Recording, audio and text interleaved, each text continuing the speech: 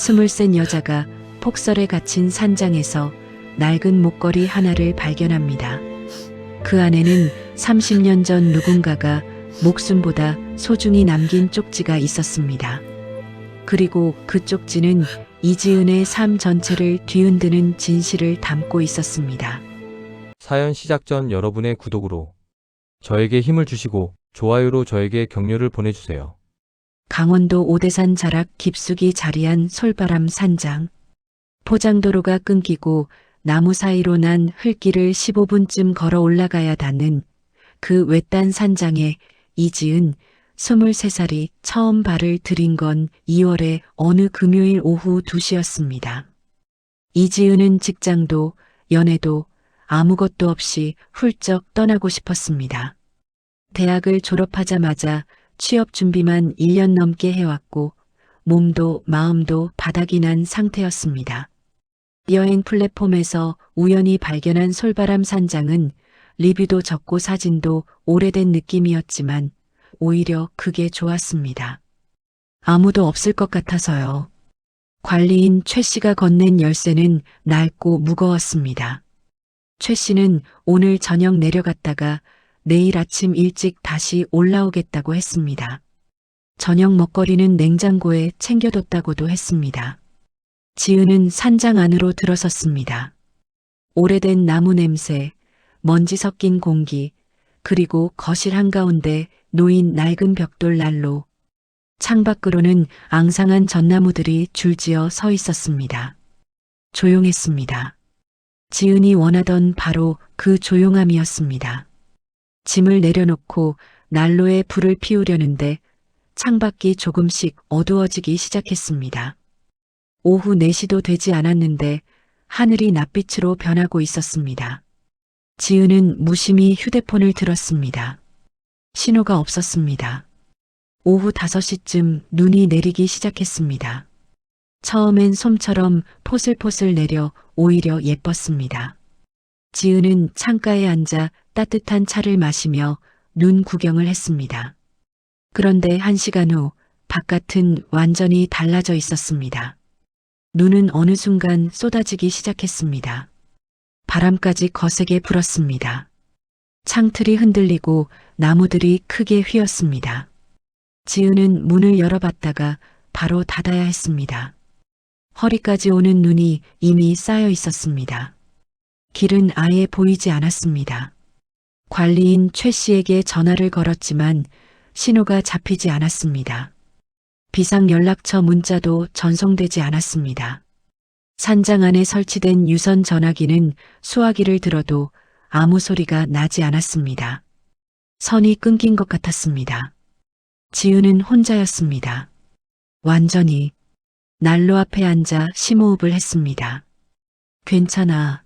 내일 아침이면 관리인이 올 거야. 눈이 이렇게 많이 왔으면 제설차도 올 테고. 지은은 스스로를 달래며 산장 안을 둘러보기 시작했습니다.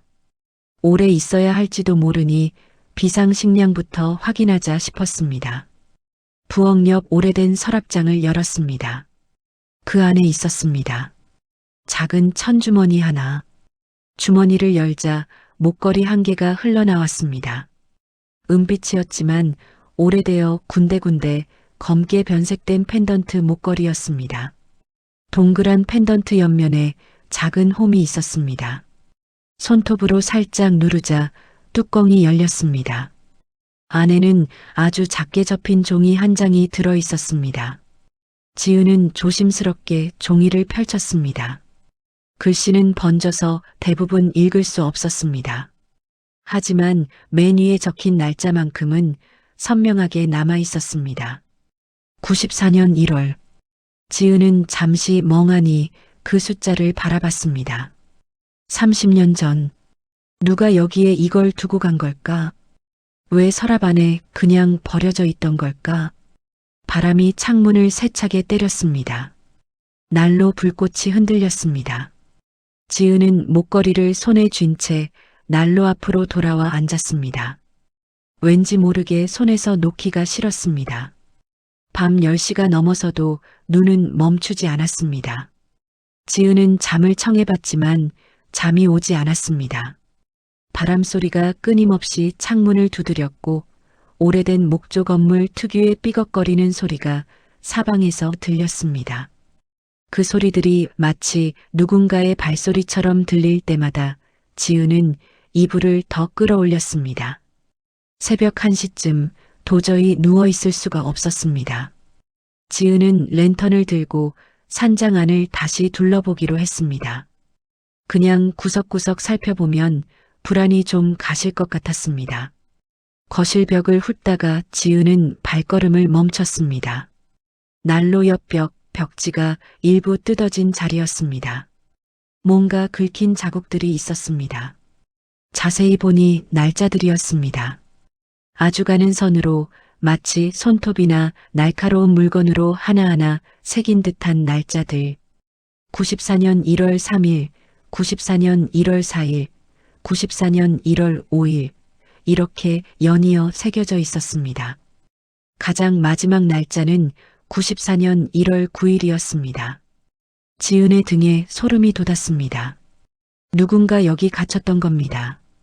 하루하루를 이렇게 벽에 새기면서 버텼던 겁니다. 부엌으로 돌아온 지은은 냉장고 문을 다시 열어봤습니다. 관리인이 챙겨뒀다는 음식들은 냉장고 왼쪽에 있었습니다. 그런데 냉장고 맨 안쪽 구석에 먼지 쌓인 통조림 몇 개가 놓여 있었습니다. 라벨이 낡고 색이 발해 있었습니다. 유통기한 표기가 흐릿하게 남아 있었는데 읽어보니 95년 3월이었습니다. 30년이 넘은 통조림이 그냥 그 자리에 있었던 겁니다. 지은은 조심스럽게 2층으로 올라갔습니다. 계단이 삐걱댔습니다. 2층에는 방이 2개 있었는데 하나는 열려 있었고 하나는 닫혀 있었습니다. 닫힌 문 앞에 서서 손잡이를 돌렸습니다. 열리지 않았습니다. 다시 한번 힘을 줘봤습니다. 꿈쩍도 하지 않았습니다. 자물쇠가 있는 것도 아닌데 왜 열리지 않는 걸까? 지은은 문 아래쪽 틈을 랜턴으로 비춰봤습니다. 안쪽에서 뭔가 걸려 있는 것 같았습니다. 안에서 잠긴 것 같다는 느낌이 왔습니다. 지은은 천천히 계단을 내려와 난로 앞에 다시 앉았습니다. 목걸이를 집어들고 쪽지를 다시 펼쳤습니다. 번진 글씨를 랜턴으로 더 밝게 비춰봤습니다. 그때 몇 글자가 더 보였습니다. 도망쳐야 해. 믿으면 안 돼. 아무도 몰라. 지은은 손이 떨렸습니다. 누가 이걸 쓴 걸까? 이 산장에서 무슨 일이 있었던 걸까? 그리고 왜 이 목걸이가 30년간 아무도 모르게 서랍 속에 있었던 걸까? 바람이 한 차례 크게 몰아쳤습니다. 불꽃이 흔들렸습니다. 지은은 2층을 올려다봤습니다. 저 방 안에 답이 있을 것 같았습니다. 다음 날 아침 7시, 눈은 밤새 더 쌓였습니다. 창밖은 온통 하얀 세상이었고 사방이 고요했습니다. 관리인은 오지 않았습니다. 길이 완전히 막혀올 수 없는 게 분명했습니다. 지은은 2층으로 다시 올라갔습니다. 어젯밤에는 무서워서 그냥 내려왔지만 날이 밝으니 조금 달랐습니다. 지은은 닫힌 문 앞에 서서 어깨로 세게 밀었습니다. 1번, 2번, 3번. 덜컥하는 소리와 함께 문이 열렸습니다. 안에서 걸쳐져 있던 것은 낡은 의자였습니다. 나무 의자 하나가 문손잡이에 등받이를 걸어놓은 채 세워져 있었습니다. 누군가 일부러 그렇게 놔둔 것이었습니다. 방 안은 오래 방치된 것이 분명했습니다. 먼지가 두껍게 쌓여 있었고 창문 한쪽이 깨져 있었습니다. 깨진 창문 틈으로 눈이 조금 들어와 바닥에 녹아 있었습니다. 낡은 싱글 침대 하나, 작은 책상 하나, 그리고 벽에 걸린 달력 하나. 달력의 날짜는 94년 1월이었습니다. 침대 위에 먼지를 뒤집어 쓴 앨범 한 권이 놓여 있었습니다. 지은은 앨범을 집어들었습니다. 표지에는 아무것도 적혀 있지 않았습니다. 천천히 첫 장을 넘겼습니다. 사진이 가득했습니다. 젊은 여자의 사진들이었습니다. 20대 초반으로 보이는 여자가 이 산장 앞에서 웃고 있는 사진, 눈 덮인 나무 앞에서 찍은 사진, 작은 화로 앞에서 차를 마시는 사진, 맑고 환한 웃음이었습니다. 무언가 걱정이라고는 없어 보이는 얼굴이었습니다. 지은은 멈췄습니다. 어딘가 낯익었습니다. 구체적으로 어디서 봤는지는 몰랐습니다. 하지만 분명히 어디선가 본 것 같은 느낌. 이 눈매, 이 코선, 이 웃음. 지은은 사진에서 눈을 떼지 못했습니다. 그리고 사진 속 여자의 목을 봤습니다. 목걸이였습니다. 지금 지은이 손에 들고 있는 것과 똑같은 목걸이가 사진 속 여자의 목에 걸려 있었습니다. 동그란 펜던트, 검게 변색된 은빛 체인. 의심할 여지가 없었습니다. 지은은 손이 떨리기 시작했습니다. 앨범 마지막 장에 사진 한 장이 더 있었습니다. 뒷면을 보니 연필로 적힌 글씨가 있었습니다. 이 산장의 진짜 주인, 박서연. 실종. 지은은 그 이름을 천천히 읽었습니다. 박서연. 그 순간 지은의 머릿속에서 무언가 번쩍였습니다. 언젠가 들은 이름. 어릴 때부터 간혹 엄마가 술이라도 한잔하면 흘리듯 했던 이름. 박서연, 박서연. 지은은 엄마가 그 이름을 부를 때마다 눈물을 삼키던 게 생각났습니다. 지은은 그 이름을 알고 있었습니다. 왜냐하면 그건 엄마 박미연이 평생 찾아 헤매던 이름이었기 때문입니다.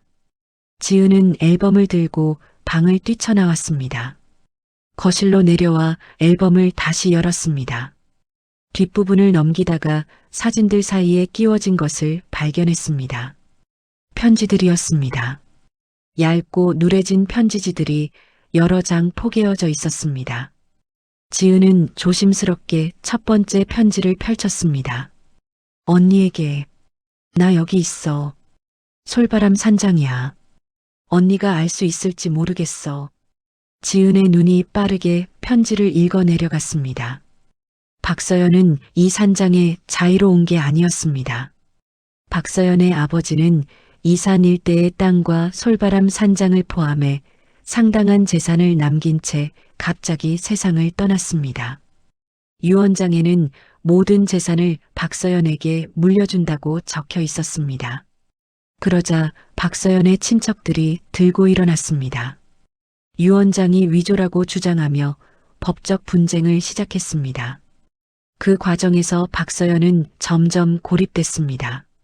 집에 있지 말고 잠시 피해 있으라던 친척 어른이 그녀를 데려다 놓은 곳이 바로 이 산장이었습니다. 처음엔 일주일이면 된다고 했습니다.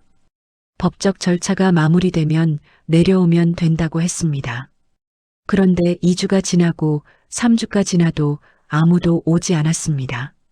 식료품이 떨어져 가도 아무도 가져다 주지 않았습니다. 그리고 94년 1월 기록적인 폭설이 산을 덮었습니다. 두 번째 편지에는 이렇게 쓰여 있었습니다. 언니, 나 무서워. 누군가 밖에서 문을 잠근 것 같아. 아무리 밀어도 안 열려. 안에서는 열리는 것 같은데 뭔가 걸어 잠근 것 같아. 신발도 없어. 전화기도 끊어져 있어. 눈이 너무 많이 왔어. 세 번째 편지는 떨리는 글씨였습니다. 언니, 나 엄마가 될 것 같아. 지은은 편지를 잡은 손에 힘이 들어갔습니다. 몰랐던 겁니다. 박서연은 이 산장에 끌려올 때 이미 임신 중이었고 자신도 몰랐던 겁니다. 외딴 산장에서 폭설에 갇힌 채 혼자서. 마지막 편지는 날짜가 없었습니다. 글씨가 몹시 흔들려 있었습니다. 언니, 이 목걸이는 엄마가 나한테 주신 거야. 언니도 알지. 이 안에 쪽지 넣어뒀어. 나 못 나갈 것 같아. 그러니까 제발 이 아이만큼은 찾아줘. 지은은 숨을 멈췄습니다. 편지 맨 아래 아주 작은 글씨로 적힌 날짜. 94년 1월 9일. 지은이 태어난 해. 지은이 태어난 달. 지은의 눈에서 눈물이 흘렀습니다. 편지를 다 읽은 지은은 한동안 움직이지 못했습니다. 난로 불꽃이 조용히 타오르고 있었습니다. 바람 소리만이 창문 너머에서 들렸습니다. 지은의 머릿속은 텅 비어 있는 것 같으면서도 동시에 너무 많은 것들이 한꺼번에 쏟아지는 것 같았습니다. 박서연은 실종된 게 아니었습니다. 그녀는 이 산장에서 혼자 아이를 낳았습니다. 폭설이 내리는 1월, 전화도 길도 막힌 채 아무도 없이, 그리고 아이를 살리기 위해 목걸이와 쪽지를 함께 창문 틈으로 내보냈습니다. 바람이 부는 날을 골라 눈이 잠시 멈춘 사이를 노려 천주머니에 넣어 창 아래 쌓인 눈 위로 떨어뜨린 겁니다. 아이는 발견됐습니다. 길을 지나던 마을 어르신이 천주머니 안에 아이를 발견해 가까운 마을로 데려갔고 연락을 받은 사람은 박서연의 언니 박미연이었습니다. 박미연은 그 아이가 서연의 아이라는 걸 알았습니다. 목걸이를 보고 알았습니다. 그리고 아이를 품에 안으며 딸로 키우기로 했습니다. 산장으로 올라가 서연을 찾으려 했지만 폭설이 열흘 넘게 이어지는 바람에 길이 뚫리지 않았습니다. 도로가 열렸을 때 올라가 보니 산장은 텅 비어 있었습니다. 서연은 없었습니다. 아무것도 없었습니다. 박미연은 그 이후로 평생 동생을 찾아 헤맸습니다. 하지만 한 번도 찾지 못했습니다. 그 아이의 이름이 이지은이었습니다. 지은은 목걸이를 다시 열었습니다. 안에 든 쪽지를 꺼냈습니다. 이미 여러 번 펼쳤던 쪽지였지만 이번엔 랜턴을 가장 밝게 해서 아주 천천히 빛을 비췄습니다. 번진 글씨 너머로 가장 아래 구석에 남은 글자들. 내가 내 딸이라면, 이걸 찾았다면. 지은은 눈물이 앞을 가려 더 이상 읽을 수가 없었습니다. 이제 알아야 해. 지은은 두 손으로 얼굴을 감쌌습니다. 엄마라고 불렀던 박미연은 사실 이모였습니다. 자신의 친엄마는 30년 전 이 산장에서 자신을 살리기 위해 모든 것을 내어준 박서연이었습니다. 그리고 지금 이지은은 그 산장 한가운데 혼자 앉아 있었습니다. 서연이 울었을 그 자리에서, 서연이 마지막을 보냈을 그 난로 앞에서 지은은 하염없이 울었습니다. 눈 쌓인 산은 여전히 고요했습니다. 다음 날 아침 6시, 눈이 멈춰 있었습니다. 창문을 여니 차갑고 맑은 공기가 밀려 들어왔습니다. 하늘은 오랜만에 파랗게 개어 있었습니다. 쌓인 눈 위로 아침 햇살이 반짝이고 있었습니다. 아름다웠습니다. 지은은 오래도록 그 풍경을 바라봤습니다. 오전 9시쯤 산 아래에서 제설차 소리가 들리더니 30분쯤 후에 관리인 최 씨와 함께 구조대 2명이 산장으로 올라왔습니다. 지은은 무사히 산장을 나섰습니다. 목걸이를 목에 걸고 서울로 돌아오는 내내 지은은 말이 없었습니다. 버스 창밖으로 흘러가는 풍경을 보면서 마음속으로 수없이 같은 말을 되뇌었습니다. 엄마를 어떻게 불러야 할지, 무슨 말을 먼저 해야 할지. 집에 도착한 것은 저녁 6시였습니다. 박미연은 거실에서 뉴스를 보고 있다가 지은이 들어서자 벌떡 일어났습니다. 걱정 가득한 얼굴이었습니다. 연락이 안 됐으니 얼마나 마음 졸였을까. 지은은 가방을 내려놓고 천천히 목걸이를 꺼냈습니다. 박미연의 얼굴이 순간 굳었습니다. 두 사람 사이에 긴 침묵이 흘렀습니다. 박미연의 눈에 눈물이 고이기 시작했습니다. 엄마 알고 있어요. 지은이 먼저 입을 열었습니다. 박미연은 그 자리에 주저앉아 울기 시작했습니다. 30년 동안 삼켜왔던 울음이었습니다. 지은도 무릎을 꿇고 박미연의 손을 잡았습니다. 두 사람은 한동안 아무 말 없이 그렇게 서로를 붙들고 울었습니다. 그리고 박미연이 말했습니다. 지은아, 미안해. 정말 미안해.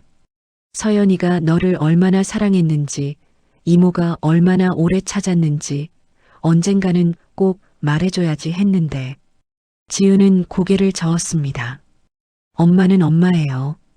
그건 변하지 않아요. 일주일 후, 지은은 혼자 다시 강원도로 향했습니다. 제설이 끝나고 길이 뚫린 오대산 자락, 솔바람 산장 앞이었습니다. 아직 눈이 많이 남아 있었습니다. 지은은 산장 앞 큰 전나무 아래에 작은 국화꽃 한 다발을 놓았습니다. 그리고 나지막이 말했습니다. 엄마, 나왔어. 이제 알았어. 엄마가 나를 살렸구나. 고마워. 바람이 한번 불었습니다. 전나무 위에 쌓인 눈가루가 살포시 흩어졌습니다. 지은은 목걸이 펜던트를 손 안에 꼭 쥐었습니다. 그 차갑고 작은 온기가 30년 만에 닿은 엄마의 손 같았습니다. 사랑해, 지은아. 그 말은 30년 전에도 여기 있었습니다. 눈이 오는 날에도, 바람이 부는 날에도, 아무도 몰랐던 그 산장 서랍 속에서도 지은은 미소를 지으며 산을 내려갔습니다. 여러분의 구독이 저에게는 큰 힘이 됩니다. 따뜻한 이야기 앞으로도 계속 전해드리겠습니다.